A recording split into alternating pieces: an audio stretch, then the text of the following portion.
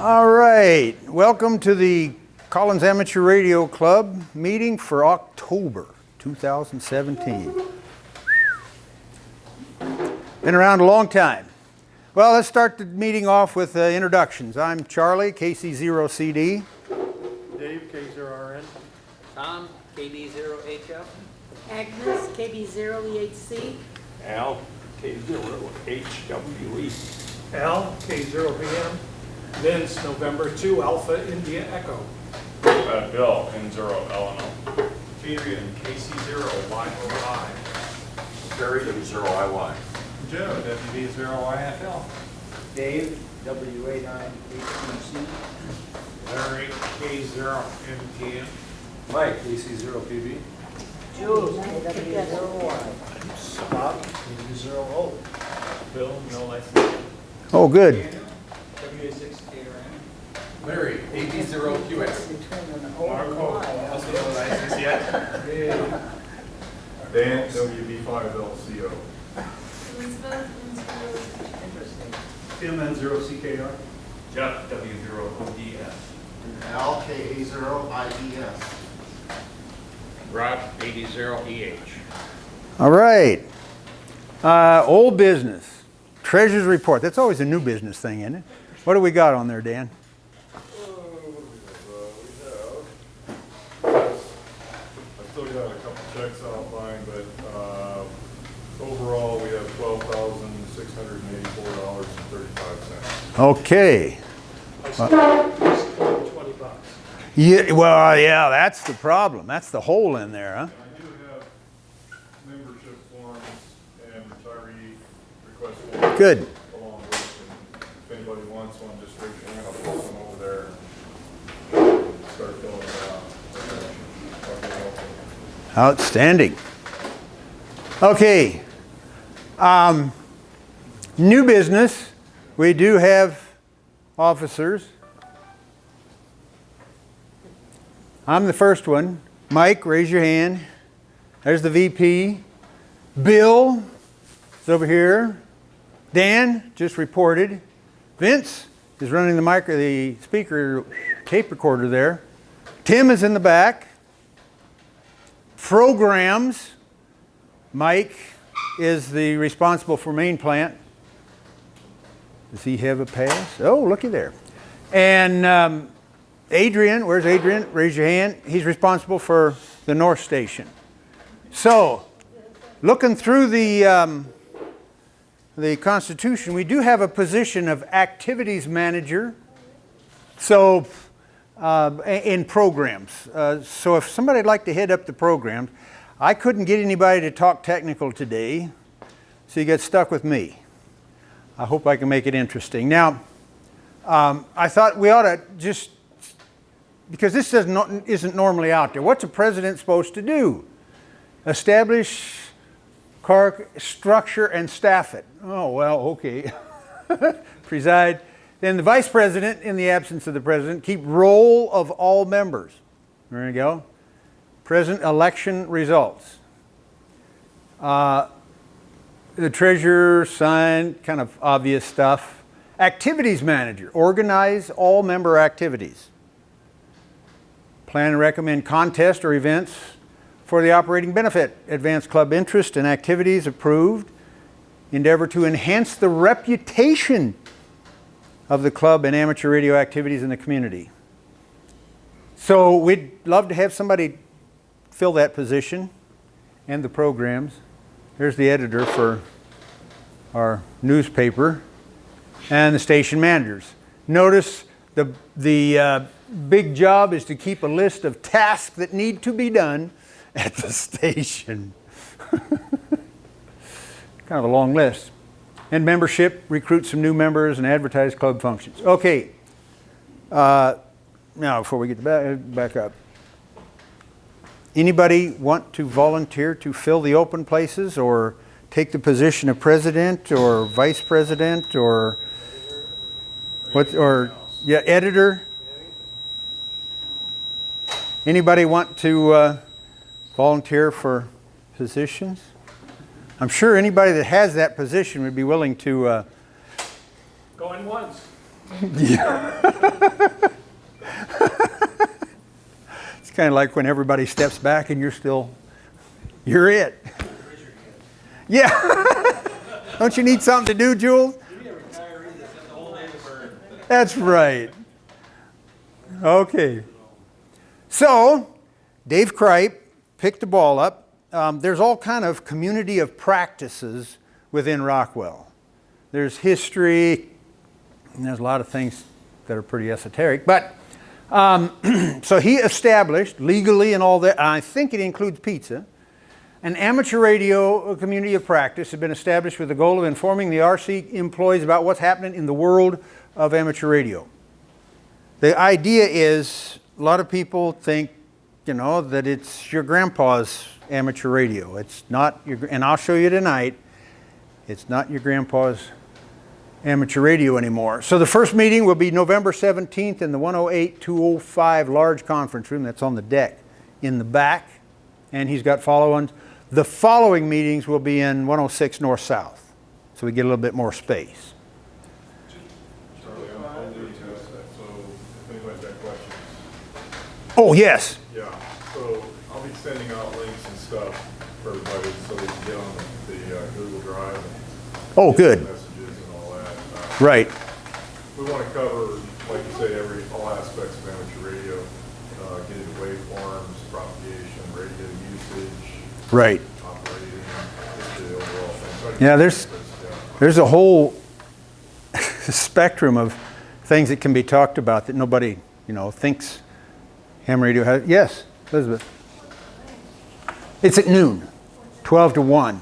That's the reason that it's real hard to get a conference room, is because, you know, they're all used over lunch. You can't use the cafeteria because that's used over lunch. Like main plant, you know, a nice fixed up cafeteria. Well, it's a cafeteria. Okay. Okay, just to go on in that same vein, this weekend, start 16 through 20, today is the 17th. So if you get on these frequencies, if you're a phone funny or a CW, it's a school club roundup. Now, you know, it's so school, kids at school clubs contact people, and you know, if you're looking for somebody to talk to, there's that one. Or this one here, Boy Scout Jamboree on the air, next weekend, the 20th through the 22nd. So it's not a contest, just get on the radio and talk. And then this one. This is so we got a little bit more warning on this one. This is the November 12th, and it's a sprint. So you want to talk about that, Mike? Yeah, okay, so this contest, this is one that I did 2 years ago for Main Plant, and it's, for those of you who've done contesting, sprints are very different because it's a shorter duration, it's only 4 hours, and what makes them very unique is what's up there on the screen in the upper right-hand column, the QSY rule. So basically, a lot of contests, you camp on a frequency, you call CQ, make an exchange, call QRZ, talk to the next person, and you just run that frequency, or search and pounce, however you like to do it. Right. Here, you're unlimited, you can only hold the frequency for 2 calls. So basically the way it works is someone's called CQ, you come back to them, you exchange your information, now the frequency is yours, you call CQ, make a contact with someone, then you give it up to him or her, and you move on. So what makes it kind of interesting to watch is that I actually did this during the contest, is I took a little bit of time off and actually just started listening around. If you look on the spectrum, you can see this, especially what's nice about the flex. Right. You can see 50 kilohertz of spectrum. You can see everybody just, it's like a train moving every 5 kilohertz. So you come back down the end of the band and then do it again, because you can only hold that frequency for 2 contacts. Right. And then people just try to jump on the train when they get in, and they get in the line and go with it. So it's a lot of fun, and it's only 4 hours, and if people are interested, I'm going to be doing it this year out of the Main Plant station. The only caveat is that this is a single operator only contest, but not a big deal. If we want to have a team, I can put in the paperwork and we can submit our logs as a team. But basically, anybody who wants to do it would be using their own call. Oh. We have a couple of people who want to do it simultaneously. We can do 2 transmitters out of that room on different bands and have a lot of fun with it. That's right. Yep. And the North Station is also open, so if you want The to North Station as well is also open. So contest and see north-south against, you know, whatever. We've done that, that's fun. Yeah? So this is something that I'm definitely going to be doing if you want. I've got my work email address listed there. You may call if you're interested. The time is, the date is, that those are UTC times, so local, it would be Saturday, November 11th from Right. 6 p.m. to 10 p.m. Right. local time. And off you go. And it's a lot of fun. It's also, since it's at 6 p.m., you know, sundown-ish, and into the evening, what I did is I went back when I was done and I looked at my log versus time, and you can see your maximum usable frequency changing, because you have all these contacts at 20 meters, then everything's at 40, then everything's at 80, you know. Right. So, a lot of fun. So if you're interested and you want to set up something, we can, the more the merrier, we'll figure out a way to accommodate as many people as we can. Right. Sounds like something an activities director would handle. Right, that's UTC. Oh. So it's, yeah. See, UTC, Alan, is like, sorry. Oh, right across, yeah, right there. Just so we get that. So anyways, there you go. Okay, and also, I mean, things are hopping here in the ham radio community. Next August, the 4th and 5th, is going to be the ARRL Midwest Division Convention at Lynn County Fairgrounds up in Central City. Between now and then, they're going to build even an additional building, and we have access to all of that. So one of the things I'm looking at is maybe getting some of the stuff from the museum and have a Collins set up there for people to look at. And so the question comes to us, what could we do? We could set up a station, I don't know, and make it available for people to use, 380 or something. Who do we contact, Charlie, if we want to, like, say, reserve a table? He's the man. Him? Yeah, him. Yeah, him. And yes, the other one's fallen down, and it's a good time to get out of there, and it's a dive. So this will also include a ham fest, a flea market, but this is going to be higher class than just flea market. Rod told me, he says, well, if you say it's a ham fest rather than the Midwest Division, I think, oh, it's just a flea market. So, and there's rooms where we can have talks on different kinds of things. One of the things that we haven't fully vetted with everybody is, one of the things that I was thinking about was taking Gene Senti's radio, the Collins radio, we have a W0CXX, and we do a special event station calling it W0CXX. Yeah? So if you guys are interested in doing that, we'll set up the KWM2 over there. The 30L1 with it. With the 30L1. Gene's all the old setup over there on the desk, and then we'll set up a special QSL card for the Midwest Convention. If anybody's interested in that, I think that's, you know, we've talked about having a station operating there, and basically have Collins Club members operate the station during that period of time.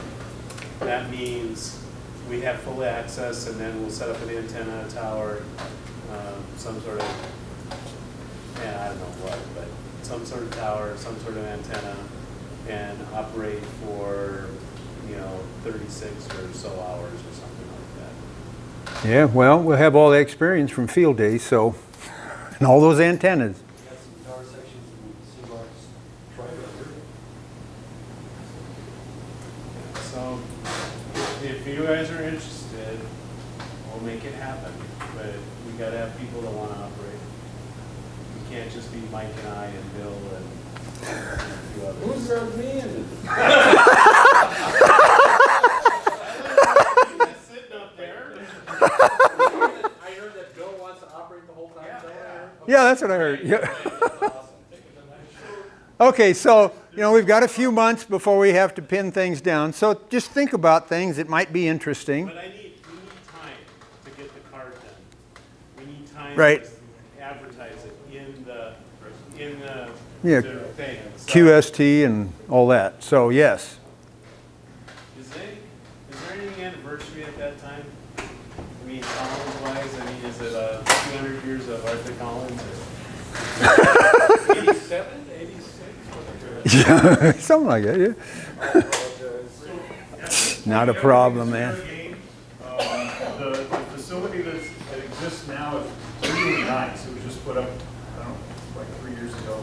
And they're building another one right now that will be up for the fair, which is just, 2 weeks before that. So if that's all, we have access to that as well. Forums, for Dane will probably set out a request for speakers January or so, somewhere in there, and see what we get for speakers. But we've got tons of room for forums, we got space for outdoor displays. We're talking about inviting the makers, if you want to do some 3D printing kind of stuff. You name it, this is kind of wide open at this point until we, get ideas, get it nailed down. But the facility is pretty wide open. There's not a lot of limitations there. So we can make this whatever we want it to be. And the goal is to get all the 4 states of the division, so Iowa, Nebraska. Oh, come on in. Come on. Missouri, It's fine. also Illinois and Wisconsin. Right. So, Dave Kripe is talking about building, having a building time, building one of his building stuff, transceiver. box on something around for kids. Yes. Yeah, noodle on it, and Drone races, who knows? I mean, you can go crazy if you want. ooh, drone races. Yeah. We can do the track. Is it okay if we spam you with our ideas? You want to be the central repository for these? Spam away. Okay. All right, so there's some more things to be involved with. Okay, now we come to a thing that I've been talking about for, I don't know, at least 10 years, remoting a station. A Flex 6700 has been made available for club use. It's set up at KC0YOI. For you to access the thing, you need a computer with a mouse and internet access. Mic and headphone that plug into your computer. Optional flex control knob. And of course everybody says, well, what if you get 2 people working on it? If somebody's already logged in, when you attempt to log in, it'll say, busy, do you want to disconnect them?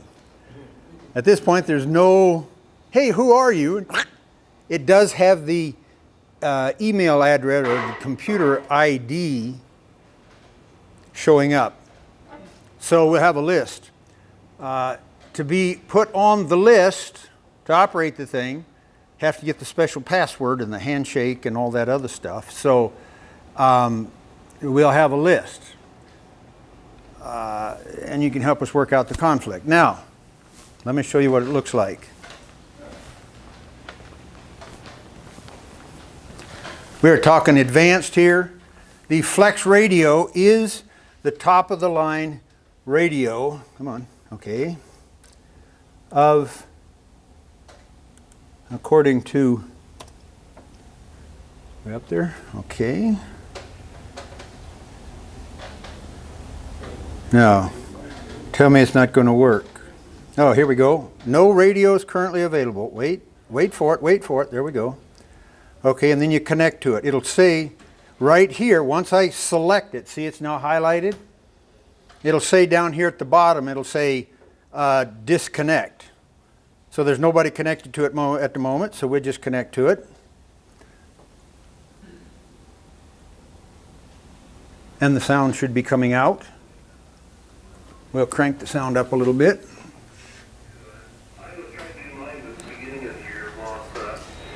Now, what the flex control is this thing right here.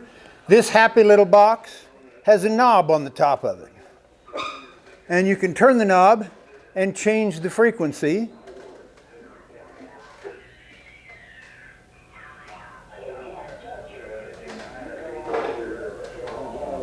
You can This is basically this display you have on your home computer if you have one of these things. So you can see it's kind of noisy there. Well, we can drop this down and drop the bandwidth. We can zoom in. What does that guy look like? Just that guy.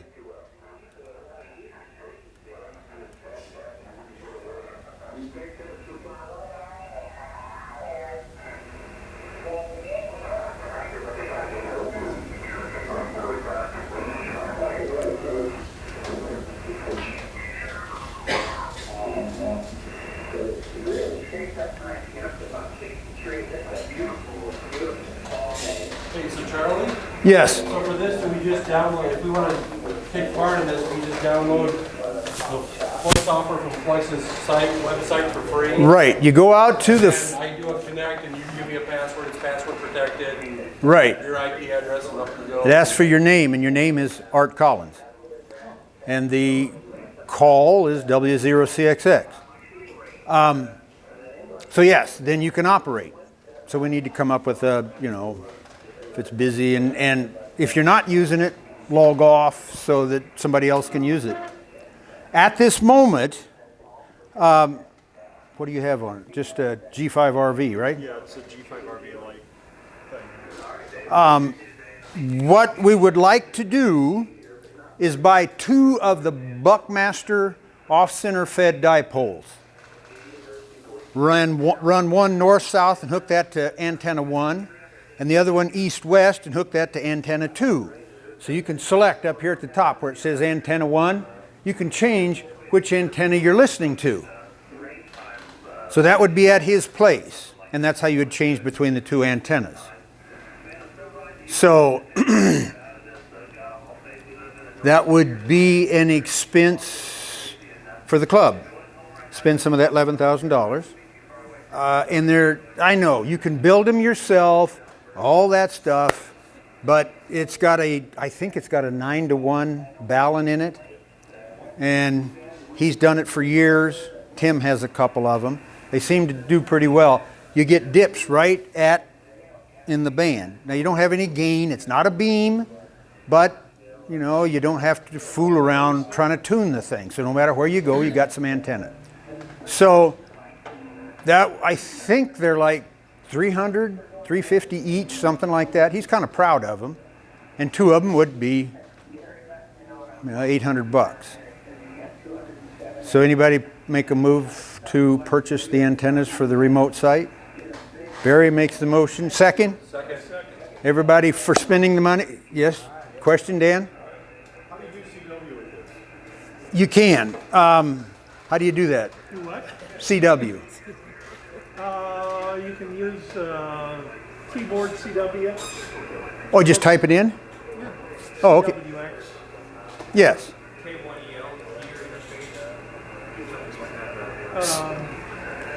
So let me shut it down here so we're not... Hooking a panel to it. They're still working on some of the things. Now, right now, this is being connected to the internet via my phone. My phone is a hotspot, and that's running the computer. So I'm not logged into the Collins internet here, it's just on my phone. So you could do that when you're out camping or whatever, and you want to operate radio. And if you got cell service, bring the thing up and away you go. How cool is that? So, back to here. And then down here. So what do you think? That sound fun? It kind of changes the whole idea of an antenna party. Yes. We just build it out at his place. Oh, we didn't finish. So all those agree, say aye. Aye. Opposed? You have a question? Yeah. So the 6700 is dedicated to remote operation? Well, he might want to operate it sometime, but it'll show up as busy at that time. Okay. So But he has it turned on all the time. So we'll make a list, and to keep the thing somewhat controlled, we may change the password every month, and then you just call me and we'll keep it update, you know, just to have some control on it. Like Yeah, and you know, there is a 6500 at the North Station. And if there's some way we could figure out to get an internet line to that one, maybe we'll end up with two. A 65 and a 67. So you do get on the Flex Radio website and download version 2. Version 1 isn't remotable. That's what's in the club station. You download version 2. It's not really a download. It says installers. Go to their installers and download version 2.0.19. And that'll install it on your machine. And then when you bring it up, it'll say login. And then you type in all the magic words and the runes that I'll give you, and then you're in, and it'll pop up. There he is. Charlie? Yes. We talked about the 8-band antenna, right? Yes. 300 watt or the 3 kilowatt? The what? 300 watt or 3 kilowatt? 300 watt or 3 kilowatt? I don't- Is he going to have a kilowatt? Is there an amp on that thing? No, it just puts out 100 watts. Okay. The 300 watt version. Yeah. Pretty fine. So how much? 303. 303. Special price. Yeah. I don't think he has enough real estate out there to put up the 160. Which would be funded because he's north of town and you're outside of the local noise. So we shall see, but we're looking at, what's that? I have enough land to put up a 160. I don't have enough trees. Well, he says, if you read it, he wants the middle at 35 feet and the end of it at 8 or 10 feet, basically so you don't run over it with your lawnmower. So he might put up a post. But if we can do the 160, we've got to do some measuring and calibrating and stuff. He says if you can't quite make it, you can drop the end of it down some. So, Or zigzag it, or yeah, kind of make, at that frequency, you're kind of making turns anyway. So, yes, Barry. Okay, so, pause on the 160 question for a second, but I also think we should buy polyphasers. Oh, yes. Yes, absolutely. So I don't know. Some ground rods. I'll make another motion to buy new polyphasers. I'll second it. Everybody wants to buy polyphasers to protect the radio? Aye, definitely. Thank you. Good suggestion. Back to the 160 question. Yes? How much more is that? It's not much, is it? I looked at It's, but yeah, the difference is $60 or something. It's twice as much wire. More is better. Yeah, more is better. More is better. The radio has a built-in tuner. I was tuning it last night, and he sent me an email. That thing's clattering away. What's wrong? I said, no, I punched the tune button. So we should be able to. I mean, if we can get up to 160, we'll do that. So it gives you an opportunity to listen to the old fogies down on 160 also. So moving along. Any other questions on this? Yes. What's the location? How far north and west of here? Halfway between Shellsburg and Urbana. Shellsburg. About the highest elevation in Benton County. There you go. So, yeah, it'll be fun. So, let me know if you're interested, and we'll build up a list and have a little get-together. Do we need coax? Do we need a switch? Coax, yes. Needs coax. Tim has some coax, so I think we can get him working here. Got a few hundred feet left over from field day a couple years ago. Yes. Okay, what's happening at NOCXX? We do have the 6700 there, which if you want to go up there and practice, it works very well. We've got a 3-element beam and a vertical, step vertical.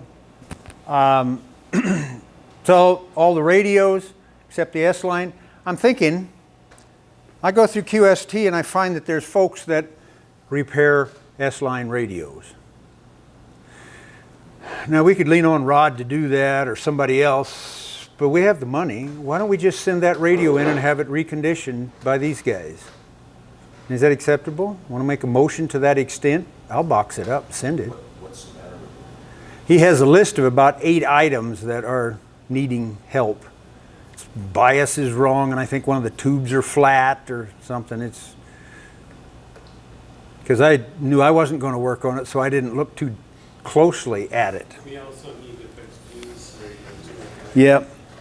So Rod asked me just to bring it to him. He has time, but he just said you need to get it out of there before you just bring it to me. But I didn't know about that one, but. And we exhaust all of our possibilities locally. I mean, I don't mean to sign him up for it, but what's, we have a lawsuit not to these days. Jules is available, isn't he?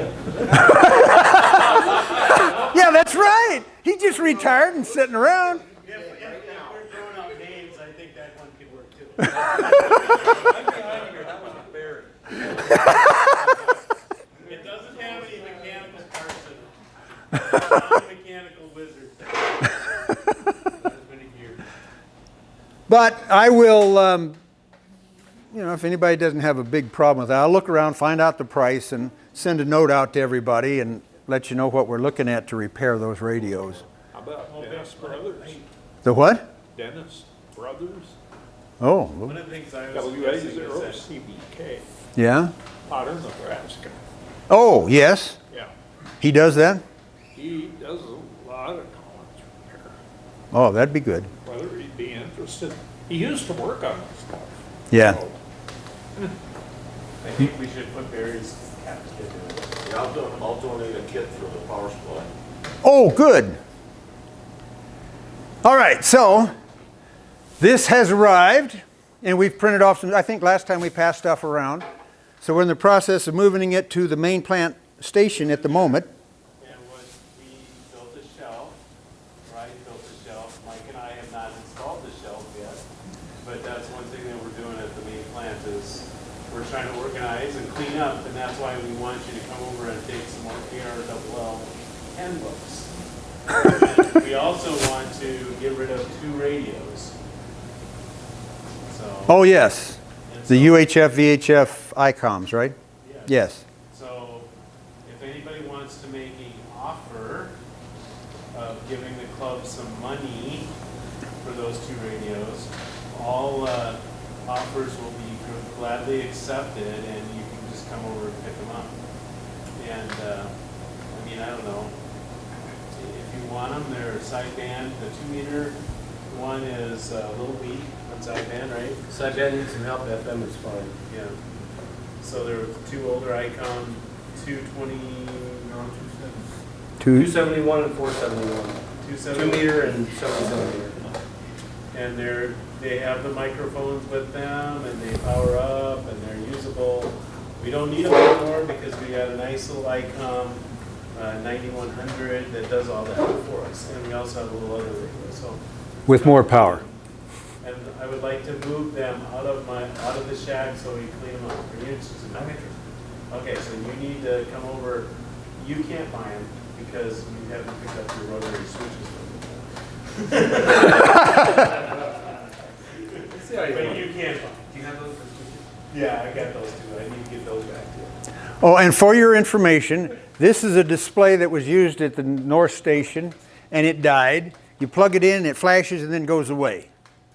If you just haul that away, it can be yours. And otherwise it goes to the dumpster. And there's a 2-meter radio there that was working, and then it stopped working. And if you want to tinker with 2-meter radios, you can have that too. Just take it away. So one of the things that we do need to buy is Thank you. a power supply for our station.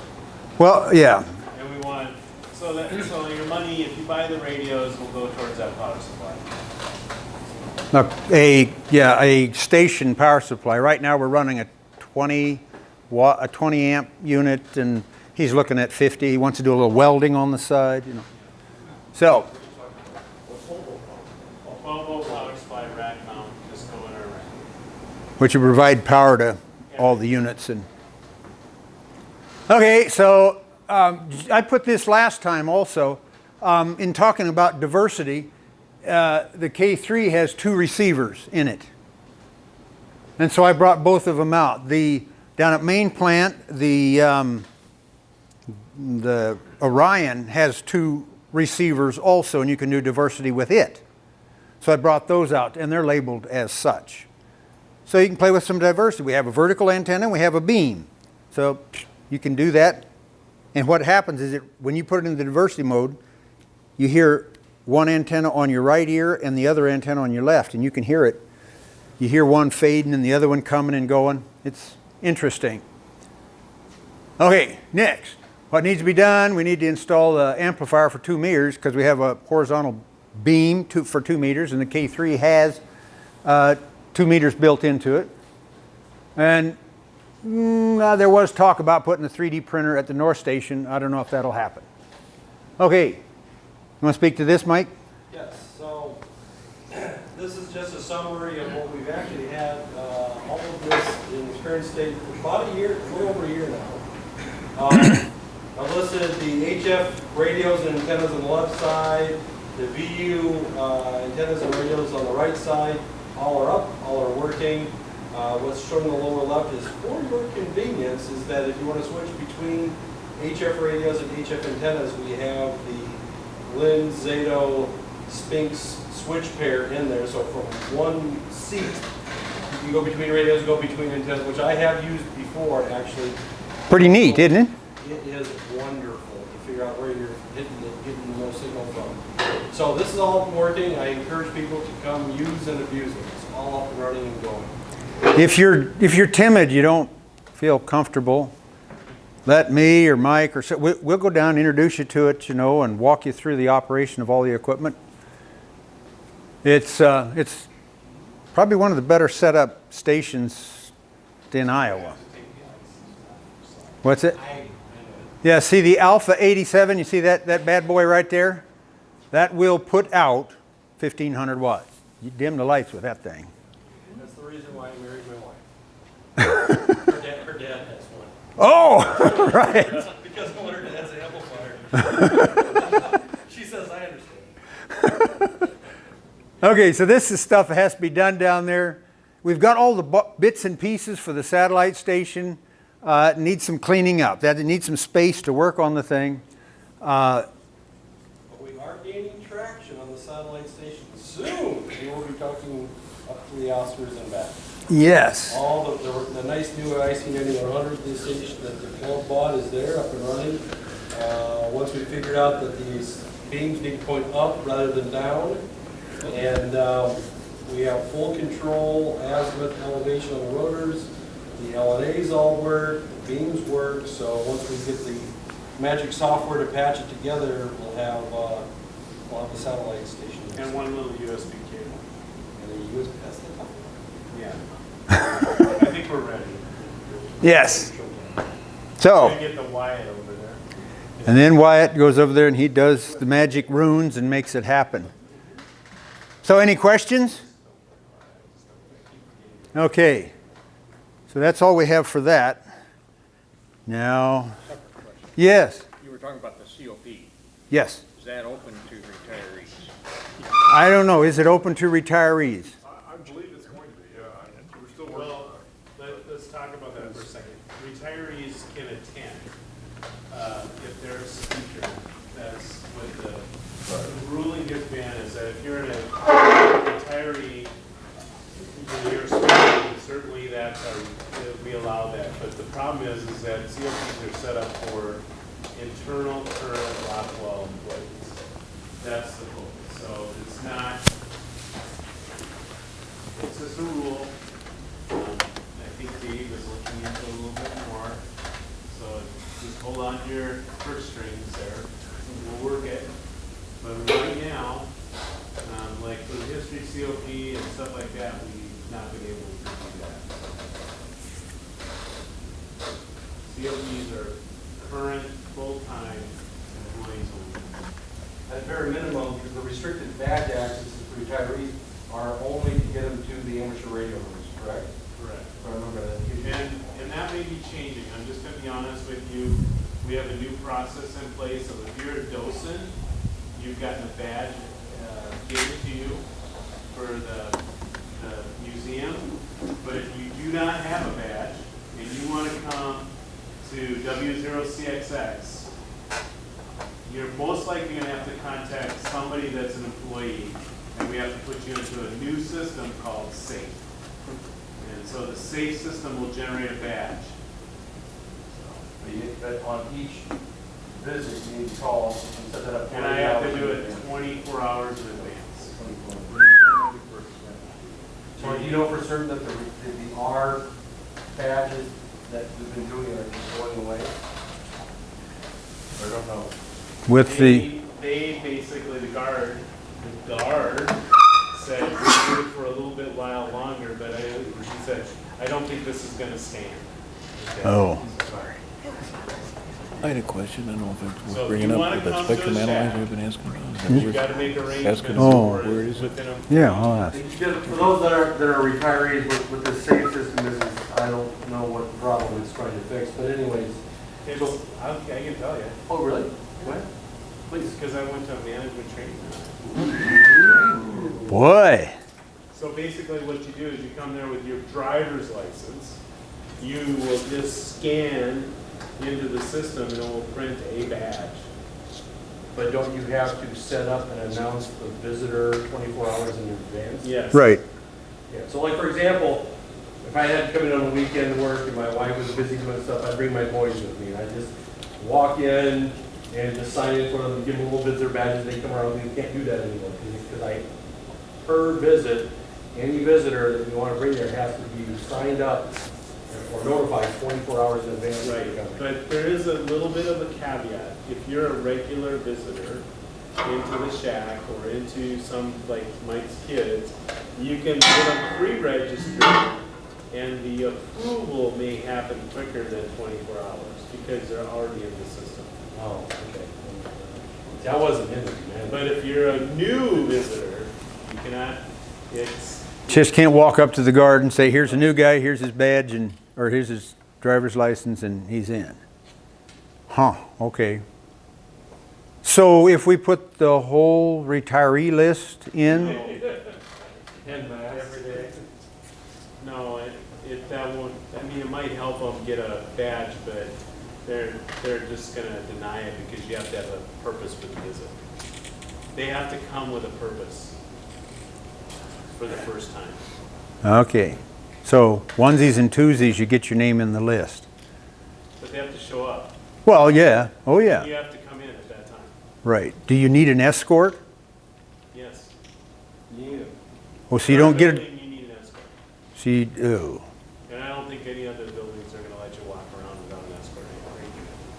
And they're not gonna put a guard back in for you. Wow. Didn't know those guards were so expensive. Well, you can't, I mean, Well, I'll after talk about the hours, pick and place right thing now. in front of everybody.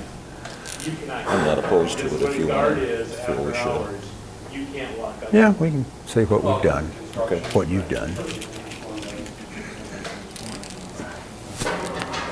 There is another subject. There was a spectrum analyzer down at main plant for many, many years. I used it about a year ago, and I'm pretty sure I put it back because I can't find it at my place, and I can't find it now. So if you know you happen to have a spectrum analyzer sitting around that says Rockwell or Collins Amateur Radio Club on the top, it'd be nice if you could return that. Which one is it? Is it a big one? No, it looks like a scope. It's just a small. It's a full size, I can't remember if it was a Tektronix or. It's not huge. It's Huh? It's not a no. It was a something like that. Yeah. So it's not too big, but it worked and it was nice. The other thing is we'd put in that we were going to get a pick and place machine to Rockwell when they gave us some bucks. Well, we started looking at it, and you can get some bottom end ones for less than $300. It's manual. You put your arm on there and you move the thing around, you stomp on the foot pedal, and it sucks the component up, and you can put them down. as we looked at it, it's kind of like that would be nice for a one-off thing. But if you want to make 3 of them, land of Goshen, you're really messing around. So we ended up looking at things that were more expensive. And of course that creates more, it's more technical, it's more complex, there's more things to break on it, all that kind of thing. But it is a very nice system, way overpriced. So we were looking at buying it and then trying to check people out on it. The ball of wax kept getting bigger and bigger, and we didn't know how to do that. I'm afraid, you know, you get the thing broken, and then because somebody made an honest mistake in operation, and then you're starting all over again. So Barry did an in-run, and he bought the thing himself. So I feel like I should just tell a little bit about this. I had been one of the Microphone. So I had been one of the people pushing for this, and Greg, and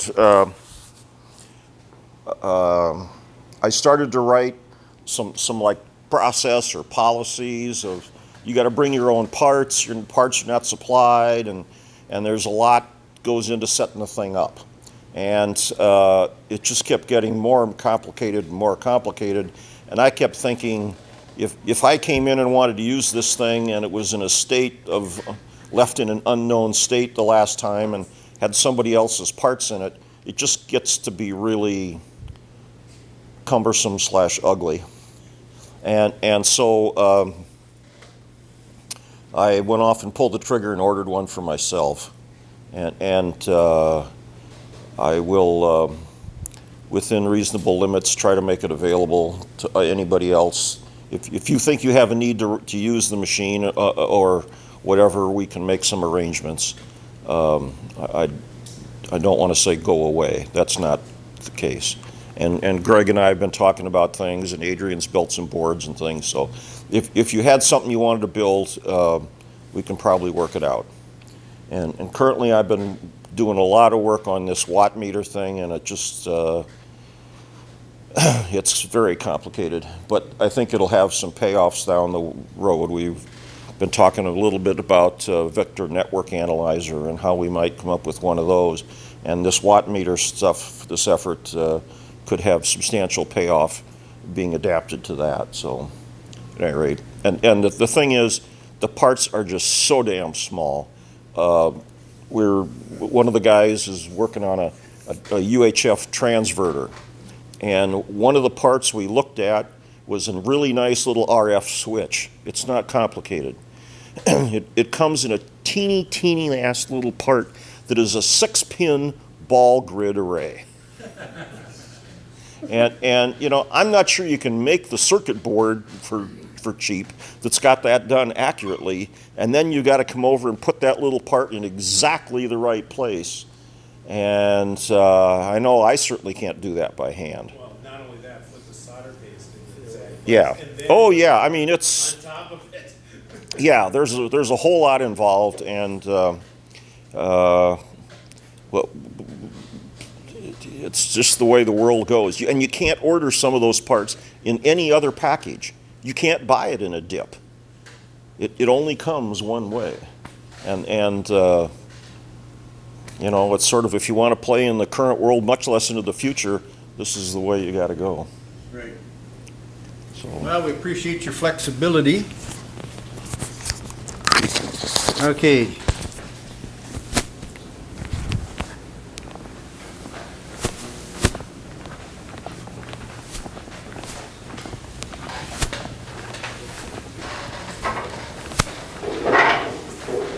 So as usual with my talks, I have a whole lot more than I have time.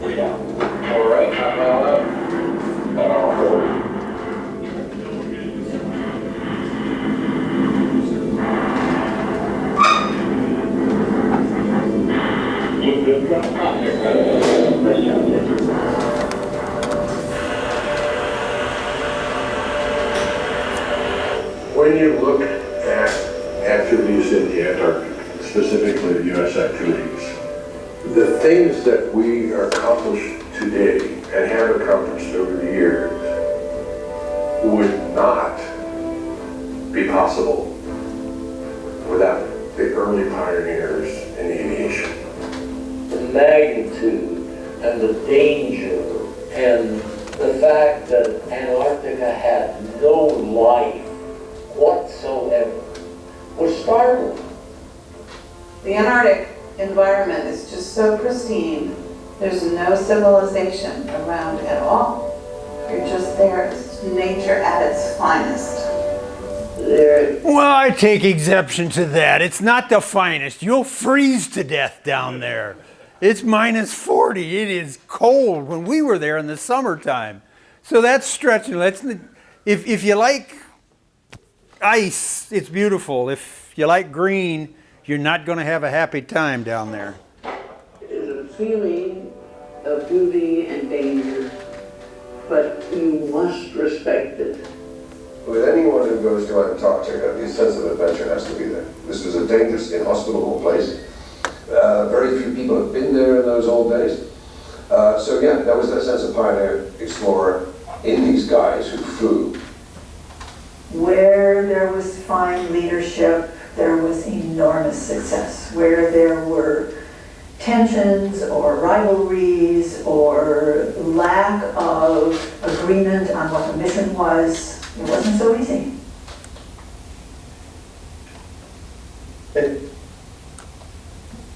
Aircraft, the Kellett Autogyro, a forerunner of the modern helicopter. The expedition ship Bear of Oakland and cargo ship Jacob Rupert left from Boston on September 25, 1933. The path to Little America was unusually difficult this season. Byrd describes what they faced in the Paramount documentary film, Discovery.